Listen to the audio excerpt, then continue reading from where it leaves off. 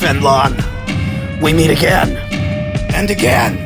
And again. I grow tired of your visits, cat. As do I, you slut. You are a slut. You're a slut. You are the slut. Cat, ready to dance. I'm always ready.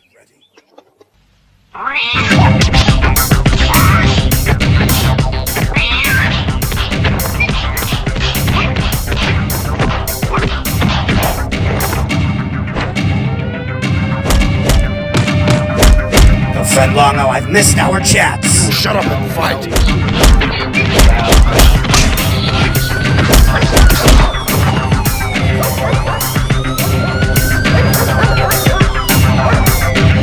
Welcome to the mother relay. We're covering today's top boxing news. Okay, we'll start with this. Carolyn Dubois' adverse reaction to Alicia Baumgardner's recent sit-down interview with Brian Custer, where she detailed she's putting the Dubois fight on the back burner in pursuit of both a Katie Taylor fight and an Amanda Serrano fight. To that, Carolyn responded by saying this fake coward, an absolute joke, called out and offered a super featherweight for a fight. That's who this clown wanted to fight. Miss Scary Ass says she will move up to fight Clarissa Shields at 147 and Katie Taylor at 140. Nobody likes their own medicine. The truth is, Alicia's not doing anything to Carolyn that Carolyn didn't already do to Beatrice Ferreira and what she's still doing to Elif Nur Turan. Carolyn Dubois put those two fights on the back burner in pursuit of bigger fights with bigger names. Well, that's what Alicia Baumgardner's doing, except she's earned it more than you have because she's accomplished more than you have. Now, I know that there are some people out there that aren't gonna like Alicia Baumgardner's stance, but by that reckoning, they should not have liked Carolyn's either. Nobody likes their own medicine, and that's what Carolyn Dubois is getting, a taste of her own medicine. You're chastising her for pursuing a fight with someone who fights at a lighter weight than she does, Amanda Serrano, but that's what you're doing with her. You fight at lightweight, she fights at super feather.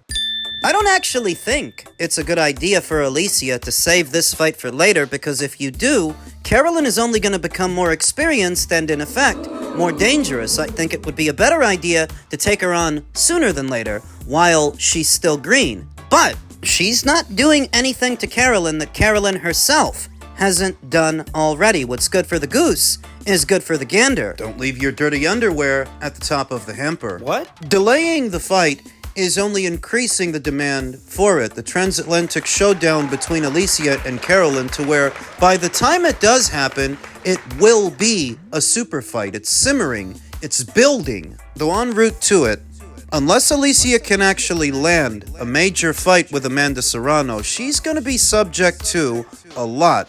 And I mean a lot of criticism, because what she's saying in so many words is she's staying at 130, where there are no big names to fight. On the premise, you want to lure Amanda to you. She needs to understand that in those negotiations, Amanda Serrano is actually the A side. She's the bigger name. Whatever happens, if anything does happen, will happen on her terms. And the whole time she is pursuing that fight, Carolyn Dubois is going to be taunting her, going to be disrespecting her. She's already gone as far as calling Alicia a gimmick fighter who knows another loss is right around the corner. It's getting nasty. A gimmick fighter that's proven more than Carolyn has. A gimmick fighter who knocked out Terry Harper, who you're about to fight. If she's a gimmick, what are you for chasing around her sloppy seconds? What does this fight look like? Carolyn Dubois, being the bigger, younger fighter, the brash, impulsive youngster, is likely going to be the aggressor, and Alicia Baumgardner would be the defender. Carolyn is going to try to push the pace, crash the pocket, and overpower Alicia. Alicia is going to try to circle away, hang back, and set a trap, set a counter. I believe that the busier fighter in the fight would probably be Carolyn. She's going to try to mix it up, throw combinations, land a knockout shot. Alicia, she's going to stick and move, try to pick her apart long distance, walk her into punches. Of the two, Alicia is the more finesse fighter in the fight. She can handle herself in the pocket when she needs to, within close quarters, but she is primarily a boxer, not a brawler. Keys to success for Alicia: keeping it a boxing match and using Carolyn Dubois' inexperience against her while she still is inexperienced. Whereas for Carolyn, the key to success is pushing the pace and pressing the issue until Alicia gasses out. Though Carolyn could gas out herself in doing so, that's her best bet. Get Alicia Baumgardner to tire so you can start landing hard punches, hard shots. She's got to go to that body to try to take those legs away because Alicia's going to move on her. Don't abandon the body. For Alicia, because she'd be facing a young, very aggressive fighter who's really not used to being pushed. Used to having it all her way most of the time. Fighting out of the southpaw stance, the straight right hand. I think Alicia can have a lot of success with that punch. The key for Alicia to winning this fight is poise. Control. Keeping calm, keeping everything under control, and not allowing Carolyn to suck you into a war. Carolyn has yet to have faced anyone who could rival her speed, her power, and her ring savvy. Alicia can tick off on all of those boxes, give her a run for her money, but as stated, the longer you wait to fight this kid, the more they're not going to be a kid when you do fight them. Speaking of kids, Brian Garcia took to his social media and said, "No more talking, Dev. We either fight after you fight Rolly, or just keep your mouth mute, bitch." To which Devin responded, "Sign up for drug testing, ho. Then we can fight after I beat Rolly." To which Brian responded, "Your mom tells you to say this repeatedly. Yeah, maybe. Anything to disclaim what happened to you, 420, the fear I told you about is still there and will forever be there." So is that a yes or a no to signing up for anti-doping testing? I don't have the same purview as many of you when it comes to anti-doping testing in the sport of boxing, where on the face of it, it looks like an effort to clean up the sport. What I think it really is a means for boxers who are doping to handicap their opponents that are also doping. So you think Devin is doping? Not just Devin, not just Ryan. I think the whole sport might be doping, given how comfortable these guys are, rubbing elbows with guys who have been popped before and setting up fights with fighters that are known to be dirty. It doesn't seem to bother them that much. Maybe it's because they're dirty too and they just haven't been caught. I think a lot of things about doping in the sport of boxing. They're sort of giving it away what Devin Haney's next fight is going to be. Rolly Romero, then if he wins, Ryan Garcia. And that fight with Rolly is getting closer and closer, I'm told. It's not done yet. I expect it will get done. I don't see any big hang-ups. And that would be May 30th in Las Vegas. A welterweight title unification, Devin Haney and Rolly Romero. You know, I got to say something, Wade Plemons. You are a young guy, right? But you have like a grumpy old man inside of you. What did you just do when he said, like, you just got so... I'm so excited for this triangle of fights that we have with Ryan Garcia, Devin Haney, and Rolly Romero that I just want it to be official. Right? We have so much going on with rumors and everything else right now. Is it going to be Devin and Ryan? Is it going to be Devin and Rolly? Is it going to be Ryan and Rolly rematch? Just make one of them happen so I can have a roadmap to get excited about something. Rolly Romero in May, then presumably if Devin wins, Ryan Garcia going into the fall. Does Devin Haney win the Rolly Romero fight? I'm going to assume that it would be the PBC at the helm of the promotion, which is surprising because they don't got a lot of money. If they did, they'd have something semblant of a regular schedule and not be doing pay-per-views almost exclusively. Having to outsource a good number of their fighters just to keep them active, just to keep them busy because they're not getting any dates on Amazon. It's only a few at a time.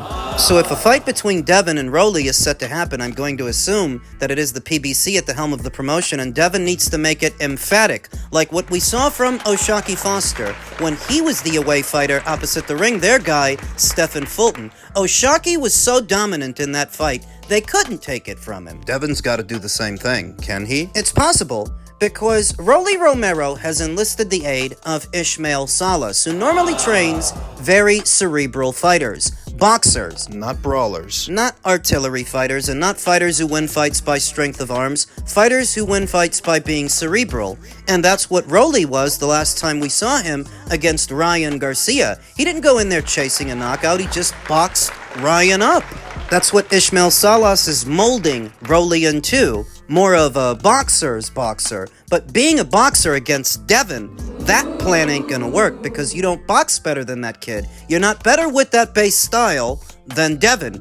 Does Rolly pack a big enough punch that he could hurt Devin? Certainly. I don't think Devin takes the best punch. I think he's kind of fragile, which is why he fights the way that he fights. But even if Rolly has enough power to hurt Devin. Power by itself counts for nothing if you can't land. And I think that Rolly will find it hard to land a clean punch on Devin. If he tries to box him, he's got to maul him. He's got to put pressure on him and jump on him. That's the way to get to Devin. With Ismael Salas in his corner, though, I don't think that's going to be the strategy.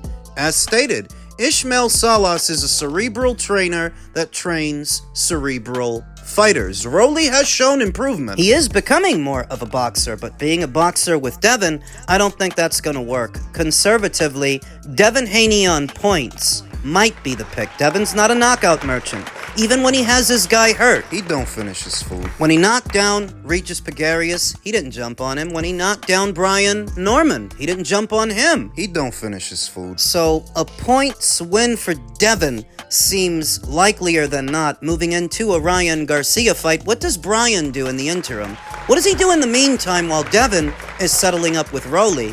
Alexis Rocha, perhaps? Arnold Barboza, both are on the same side as Ryan. I could see that. But I could just as easily see Ryan sitting out the entirety of the summer months, waiting for the fall to come around so he can fight Devin again. While Devin takes care of business with Rolly, Rolly's got a mandatory challenger in the queue in Shakram Giasov that he was ordered to fight some weeks ago, but I knew we couldn't count on the WBA to stick to it and follow up on that order. Now is mandatory. Rather, Shakram Giasov could not rely on the WBA to follow through on that order. He's rumored to now be facing Raul Curiel on the undercard of Benavidez versus Zerto. After having officially ordered the fight between Rolly and Giasov, they're now allowing Rolly to go unify with Devin, and Shakram has to wait even longer. Bear in mind, he's been the mandatory challenger since Montes Stanionis had the belt and lost it to Boots. At which point Boots drops it and Rolly gets elevated to full champion. That's how long Shakram's been waiting. But if you don't have any marquee value, the WBA doesn't care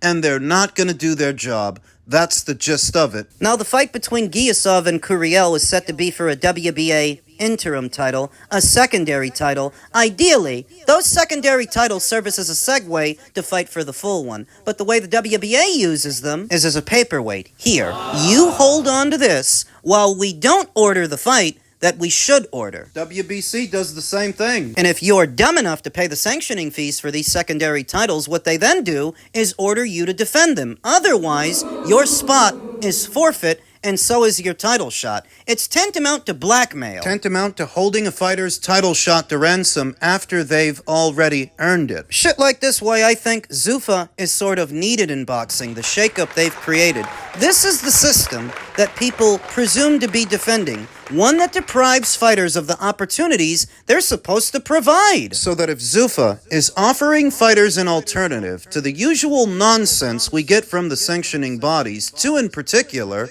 I'm not against it. So Shakram may have to fight this guy in May, while Rolly takes care of business with Devin, or gets taken care of. In men's heavyweight news, Tyson Fury versus Anthony Joshua, new fight deal agreed as plant details emerge. That is according to Talk Sports' Gareth A. Davies, who revealed new information while in Dublin to watch the latest fight card at the weekend. Do not doubt the size and scale of this fight.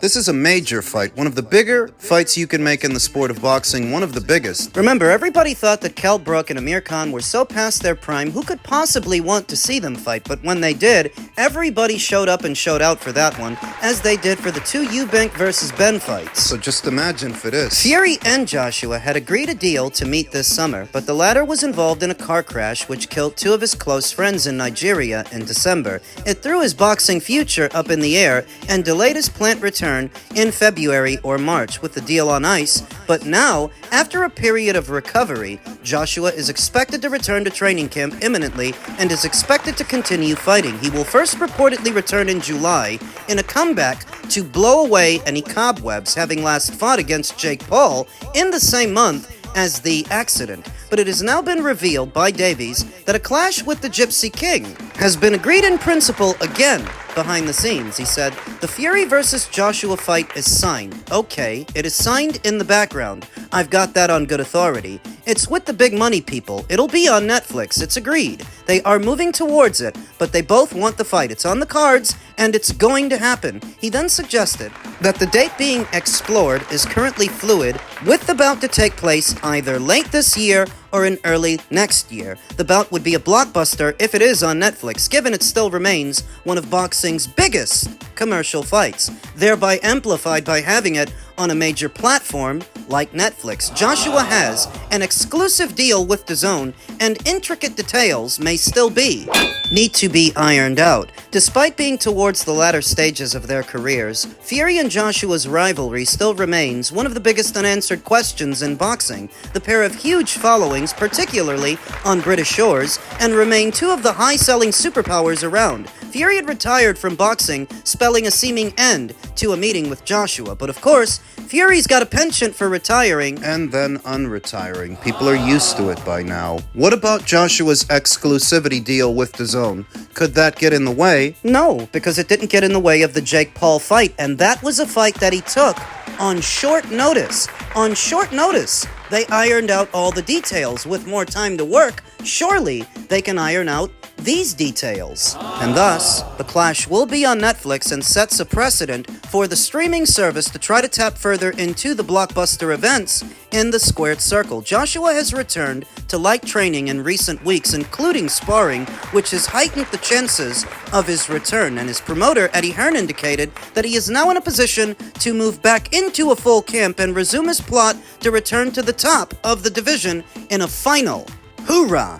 The rumored opponent for Anthony Joshua's return, based on something I came across, was his old buddy, Dillian Whyte. There's been some effort since their initial meeting to put those two fighters back in the ring with each other. Obviously, Dillian is not what he once was, having been starched in short order by youngster Moses Italma, and Anthony, he's been through the ringer a few times since his initial meeting with Dillian Whyte in the paid ranks. They've both had their ups and downs, but he would be the ideal opponent for Anthony, given he needs a comeback fight, but not one so dangerous that it jeopardizes the Fury fight. That even if it's not Dillian that he fights over the summer months, whoever it is, it should not be someone so precarious, so dangerous, that it jeopardizes the Fury fight. They have to learn their lesson from what happened with Wilder. Remember, Wilder going into the Parker fight, supposed to face Anthony in a transatlantic showdown, finally, so long as he won, except that he didn't. whose bright idea was it to put him in there with Joseph Parker? The goal here isn't selling a couple of pay-per-views for Anthony Joshua's big comeback fight. The goal